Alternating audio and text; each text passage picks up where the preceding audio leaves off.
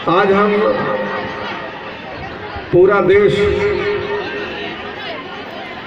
26 जनवरी को गणतंत्र दिवस के रूप में मना रहा है। आज ही के दिन परम पूज्य पूर्व सत्य बाबा साहब डॉक्टर अम्बेडकर साहब ने हमारे देश का संविधान अपनी हैंड राइटिंग में लिख करके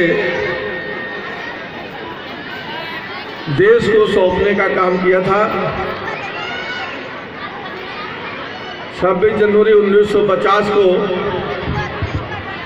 हमारे देश में, हमारे देश का और विश्व का सबसे अच्छा लोकतांत्रिक संविधान लागू हुआ था। और इसके कृत्य के लिए सबसे ज़्यादा श्रेय अगर किसी को जाता है तो परम पूज्य बाबा साहब डॉक्टर अम्बेडकर साहब को जाता है। वैसे हमारा देश 15 अगस्त 1947 को आज़ाद हुआ था। 200 साल तक अंग्रेजों का हमारे देश में राजपाट रहा, हमको गुलाम बना के रखा। जहां हमारे देश के लोग अंग्रेजों के गुलाम थे, जहां हमारे देश के लोग अंग्रेजों के गुलाम थे, सर वहीं दूसरी तरफ बच्चे क्या देखते हो तुम लोग? देख नहीं सकते बच्चों को? आप खड़े हो जाओ ना। ये जो बच्चे शैतानी कर रहे सबको खड़ा कर दो।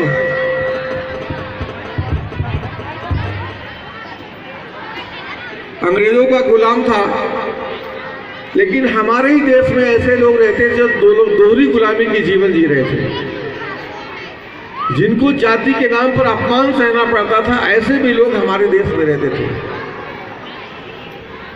आजादी के बाद बाबा साहब डॉक्टर अम्बेडकर साहब चाहते थे हमारा देश तो आजाद हो, लेकिन उनको भी आजादी मिले जो इस देश में दोहरी गुलामी की जिंदगी जी रहे हैं। इसलिए बाबा साहब चाहते थे कि जब भी देश का संविधान बने, उस संविधान बनाने वाली कमेटी में उन्हें भी हिस्सेदारी मिले। लेकिन तब तत्कालीन कांग्रेसी नेता जो नहीं चाहते थे दबे कुचले पिछड़े दलित समाज, अब अकलियत समाज के लोगों को आगे बढ़ने का मौका मिले, उन्होंने एक व्यवस्था लागू कर दी कि जो पार्लियामेंट के मेंबर होगा वही संविधान लिखने वाली कमेटी में रहेगा। बाबा साहब डॉक्टर अम्बेडकर साहब पार्लियामेंट के मेंबर तो थे नहीं, लिहाजा उनको चुनाव लड़ना पड़ा।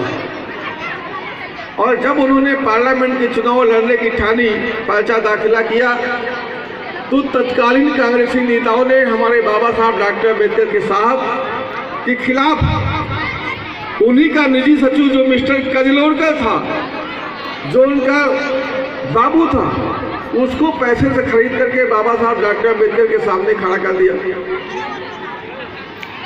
चुनाव हुआ, कांग्रेसियों ने पानी की तरह पैसा बहाया। बाबा साहब के पास पैसा था नहीं, लिहाजा डॉक्टर अम्बेडकर साहब चुनाव हार गए। कजलोरकर जो उनका निजी सचिव था वो चुनाव जीत गया। बहुत दुखी हुए। दुखी मन से जब कहीं जा रहे थे तो रास्ते में मुस्लिम लीग के लोग मिलते हैं। उन्होंने दुख का कारण पूछा तो बाबा साहब ने विश्वास से उन्हें सारी बातें बताई। मुस्लिम लीग के लोगों ने अपने एक सांसद जिसका नाम था खलीकुज्जमा, उससे एक सीट खाली करवाते हैं, इस्तीफा दिलवाते हैं अपने एक सांसद से। और इस्तीफा दिलवाने के बाद बाबा साहब डॉक्टर अम्बेडकर साहब को उस सीट से आमंत्रित करते हैं कि आप यहाँ आकर के चुनाव लड़ो। और उस सीट का नाम था, वेस्ट बंगाल की सीट थी उस समय जब देश का विभाजन नहीं हुआ था। सीट का नाम था जयसोर और खुलना। बाबा साहब डॉक्टर अम्बेडकर साहब वहाँ से चुनाव लड़ने के लिए जाते हैं। वहाँ हिंदू आबादी थोड़ा सा ज़्यादा थी, मुस्लिम थोड़ा सा कम था, लेकिन हमारे हिंदू मुसलमान भाइयों ने दोनों ने मिलकर के डॉक्टर अम्बेडकर साहब को वोट दिया। बाबा साहब चुनाव जीत गए। जैसे वो चुनाव जीत करके पार्लियामेंट पहुंचते हैं, तत्कालीन कांग्रेसी नेता दूसरी चाल चल देते हैं। उन्होंने एक शर्त रखी, हिंदुस्तान पाकिस्तान का बंटवारा हो रहा था, तय था जहां हिंदू आबादी ज्यादा हिंदुस्तान में रहेगा, मुस्लिम आबादी ज्यादा है पाकिस्तान में जाएगी। जानबूझ करके जिस सीट से बाबा साहब डॉक्टर अम्बेडकर साहब पार्लियामेंट के मेंबर चुने गए थे, उस सीट को पाकिस्तान में दे दिया, बंटवारे में पाकिस्तान को दे दिया, जबकि वहां हिंदू आबादी ज्यादा थी। जानबूझ करके उस सीट को पाकिस्तान को दे दिया। बाबा साहब डॉक्टर अम्बेडकर साहब पाकिस्तान पार्लियामेंट के मेंबर हो गए।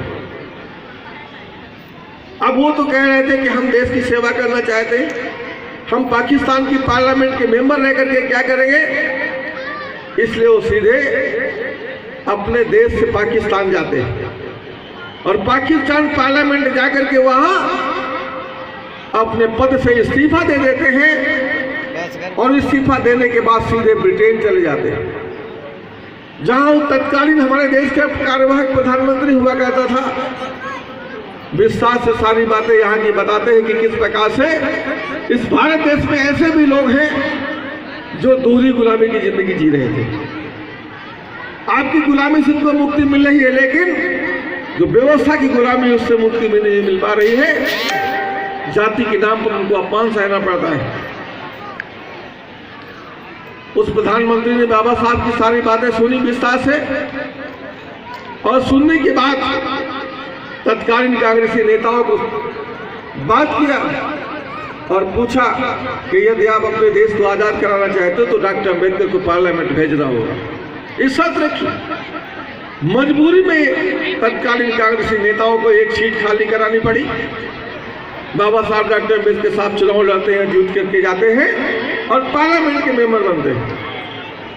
मेंबर बनने के बाद, पार्लियामेंट के मेंबर बनने के बाद संविधान सभा में जाते हैं। जो चुनाव ये संविधान लिखने वाली कमेटी बनी थी उसमें जाते हैं और अपनी काबिलियत के बदौलत उस संविधान लिखने वाली कमेटी के चेयरमैन भी बन जाते हैं। बाबा साहब डॉक्टर अम्बेडकर साहब अपनी काबिलियत के बदौलत उस कमेटी की चेयरमैन भी बन जाते हैं। वैसे तो कमेटी में कई सारे लोग थे, लेकिन ज्यादा कुछ लोग विदेश रहते थे, कुछ दिल्ली से दूर रहते थे और कुछ बीमार